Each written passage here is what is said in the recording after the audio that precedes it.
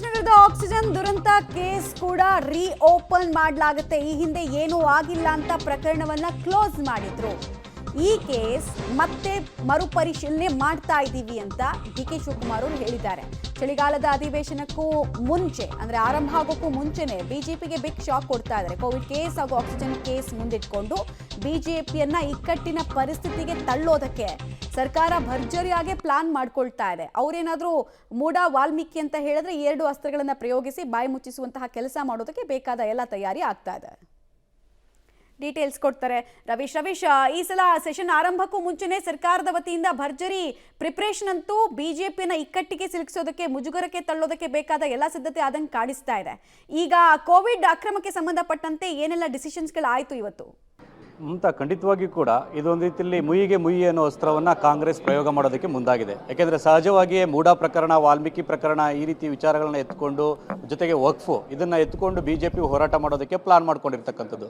ಹಾಗಾಗಿ ಅವ್ರಿಗೆ ಟಕ್ಕರ್ ಕೊಡಬೇಕು ಅಂದರೆ ಇವರ ಬತ್ತಳಿಕೆಯಲ್ಲಿರ್ತಕ್ಕಂಥ ಅಸ್ತ್ರಗಳನ್ನು ಕೂಡ ಪ್ರಯೋಗ ಮಾಡಬೇಕಾಗತ್ತೆ. ಹಾಗಾಗಿ ಈಗಾಗಲೇ ಆ ಒಂದು ಕ್ಯಾಬಿನೆಟ್ನಲ್ಲಿ ಆ ಮೈಕಲ್ ಡಿ ಕುನ್ನಾ ಅವರ ವರದಿಯನ್ನು ಕೂಡ ಒಂದು ರೀತಿಯಲ್ಲಿ ಅಕ್ಸೆಪ್ಟ್ ಮಾಡ್ಕೊಂಡಿದ್ದಾರೆ, ಮಧ್ಯಂತರ ವರದಿನ. ಅದರ ಕೆಲ ಶಿಫಾರಸುಗಳನ್ನು ಜಾರಿಗೆ ತರೋದು ಕೂಡ ಹಲವಾರು ಪ್ರಕ್ರಿಯೆಗಳನ್ನು ಕೂಡ ಈಗಾಗಲೇ ಆರಂಭಿಸಿದ್ದಾರೆ. ಯಾಕೆಂದರೆ ಕಳೆದ ಕ್ಯಾಬಿನೆಟ್ನಲ್ಲೂ ಕೂಡ SITಯನ್ನು ರಚನೆ ಮಾಡಿದ್ರು, ಇನ್ನೂ ಕೂಡ ಯಾರ ನೇತೃತ್ವದಲ್ಲಿ ಏನದು ಆಗಿಲ್ಲ. ಆ ಪ್ರಕ್ರಿಯೆ ಕೂಡ ಮುಂದುವರಿತಾ ಇದೆ. ಜೊತೆಗೆ ಆ ಒಂದು ಕುನ್ನಾ ಅವರ ವರದಿಯ ಶಿಫಾರಸುಗಳನ್ನ ಜಾರಿಗೆ ತರಬೇಕಾದ್ರೆ ಅದು ಸ್ಟಡಿ ಮಾಡೋದಕ್ಕೂ ಕೂಡ ಕ್ಯಾಬಿನೆಟ್ ಸಬ್ ಕಮಿಟಿಯನ್ನು ರಚನೆ ಮಾಡಿದ್ರು ಡಿ.ಕೆ. ಶಿವಕುಮಾರ್ ಅವರ ನೇತೃತ್ವದಲ್ಲಿ. ಇವತ್ತು ಎರಡನೇ ಸಭೆ ಆಗಿರ್ತಕ್ಕಂಥದ್ದು. ಎರಡನೇ ಸಭೆಯಲ್ಲೂ ಕೂಡ ಕೆಲ ಪ್ರಮುಖ ತೀರ್ಮಾನಗಳನ್ನು ತೆಗೆದುಕೊಂಡಿದ್ದಾರೆ. ಅದರಲ್ಲಿ ಪ್ರಮುಖವಾಗಿರ್ತಕ್ಕಂಥದ್ದು ಆಕ್ಸಿಜನ್ ದುರಂತ. ಚಾಮರಾಜನಗರ ಆಕ್ಸಿಜನ್ ದುರಂತದಲ್ಲಿ ಎಲ್ಲೋ ಒಂದು ಕಡೆ ರಿಪೋರ್ಟನ್ನು ರಿಜೆಕ್ಟ್ ಮಾಡಿದ್ರು ಅಂದಿನ ಸಚಿವರು. ಹಾಗಾಗಿ ಈಗ ಅದನ್ನು ಮತ್ತೆ ಪುನರ್ ಪರಿಶೀಲನೆ ಮಾಡೋದಕ್ಕೆ ನಾವು ಅಧಿಕಾರಿಗಳಿಗೆ ಸೂಚನೆ ಕೊಟ್ಟಿದ್ದೇವೆ ಅನ್ನೋದು ಕೂಡ ಒಂದು ಮಹತ್ವದ ನಿರ್ಧಾರ.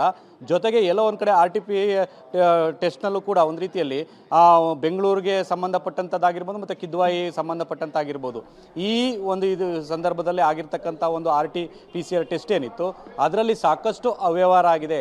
ಒಂದರಲ್ಲಿ 500 ಕೋಟಿ, ಇನ್ನೊಂದರಲ್ಲಿ 400 ಕೋಟಿ. ಹಾಗಾಗಿ ಇದ್ರ ಬಗ್ಗೆ ಕೂಡ ಅಕ್ರಮ ಆಗಿದೆ. ಈ ಹಿನ್ನೆಲೆಯಲ್ಲಿ ಆ ಒಂದು ತನಿಖೆ ವಹಿಸೋದ್ರ ಬಗ್ಗೆ ಕೂಡ ಅಧಿಕಾರಿಗಳಿಗೆ ನಾವು ಅಧಿಕಾರವನ್ನು ಕೊಟ್ಟಿದ್ದೇವೆ ಅಂತ ಕೂಡ ಇನ್ನೊಂದು ತೀರ್ಮಾನ. ಅದ್ರ ಜೊತೆಗೆ ಒಂದು ಕಮಿಟಿಯನ್ನು ರಚನೆ ಮಾಡೋದಕ್ಕೆ ನಿರ್ಧಾರ ಮಾಡಿದ್ದಾರೆ. ಅಂದರೆ ಎಲ್ಲವನ್ನು ಕೂಡ ನಾವೇ ಕೂತು ಒಂದು ರೀತಿಯಲ್ಲಿ ಇದನ್ನು ಯಾವ ಕೇಸನ್ನು ಕ್ರಿಮಿನಲ್ ಕೇಸ್ ಕೊಡಬೇಕು, ಯಾವುದೇ ಇಲಾಖೆ ತನಿಖೆ ನಡೆಸಬೇಕು ಅನ್ನೋದು ಕೂಡ ಗೊತ್ತಾಗೋದಿಲ್ಲ.